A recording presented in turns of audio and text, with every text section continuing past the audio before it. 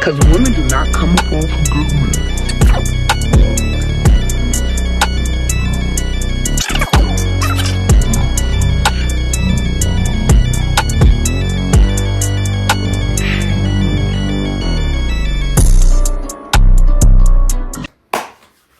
Welcome back to the show. I know y'all want some more of that content. And today we have a video via TikTok. Myron from the Fresh and Fit podcast explaining to women why they can't retain relationships with men. This is a good one. Check it out. This is the problem with society, right? Women think I'm going to behave however I want and you just take me as I come. I don't need to self-improve. I don't need to change. I can behave however I want and you got to just eat it. But you guys would never accept that behavior from us. If I acted zesty, if I didn't, protect and provide, if I didn't do my job, you guys would feel no remorse with kicking me to the curb, be like, we don't want you, etc. So in other words, women can disqualify you for anything, right? But if you try to hold a woman to her end of the deal, like, I need you to behave like a lady if I'm going to act like a guy, they're like, no. That's where you went wrong at. If you try to hold a woman to a standard, ain't no trying over here. We checking that engine. We getting rid of you too with no remorse. Just like you would too with no remorse if we didn't hold our end of the bargain up. The argument gets tit for tat. I understand what he's trying to say, but it ain't no try. If your lady ain't holding up the end of the bargain, get rid of her just like she'll get rid of you if you wasn't. That's it. It's too many fish in the sea, dog. I don't have to fucking do anything. I'm gonna be me and you better accept it. That's what I'm saying, this wild double standard between men and women. This is why so many women struggle to keep a guy around. Is because women refuse to change and to better themselves. More importantly, not better themselves for themselves, but for their guy.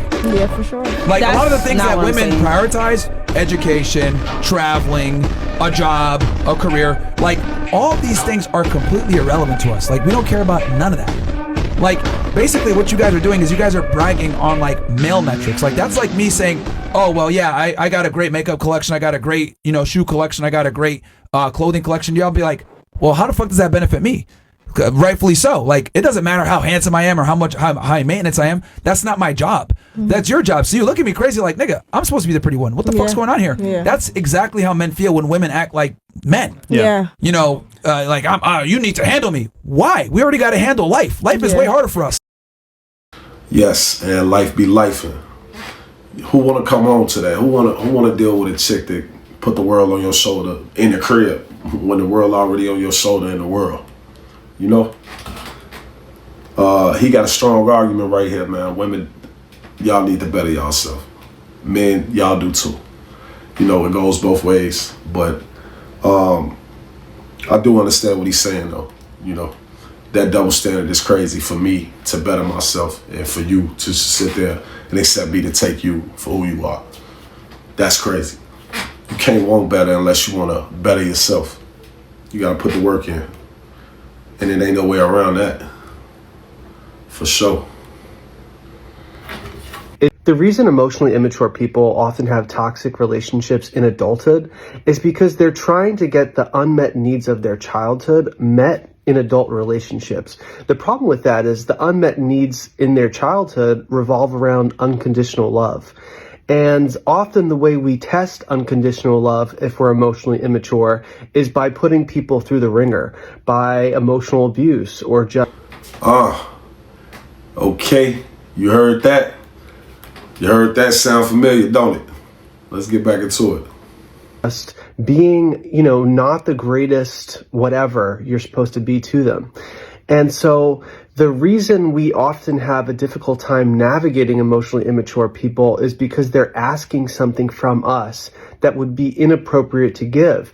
Adult relationships should be conditional. Adult relationships should revolve around reciprocity, give and take, kindness. I'm going to be around you through the good times and hard times, but you're going to have to be kind to me and treat me well in order for me to want to make this work. And I think ultimately a healthy relationship... Yeah, and you're not going to be the one creating the bad times. Because if you're creating the bad times, this is where this relationship gotta end, you know? Relationship in adulthood does not look like a healthy relationship in childhood. A healthy relationship in childhood is one where your parent is unconditionally providing you support regardless of whatever decision you make.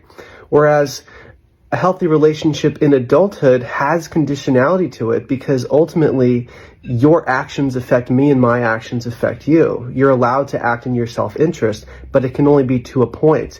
And then once that point passes, it's now harming me to maintain that relationship with you.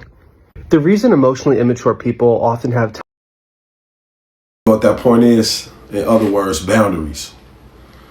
Once you cross that boundaries and the juice ain't worth the squeeze no more, I gotta go, baby. I can't be locked in with you. I ain't finna lock in with no hoe. Or none of the sort.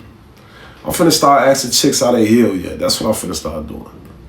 Are you healed or do you need me to heal you? Even though you know you can't heal nobody, you gotta put the work in yourself.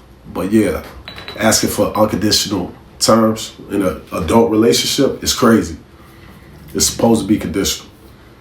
But when you're not healed and you got all that childhood trauma, I'm telling you, it resurfaces in them adult relationships.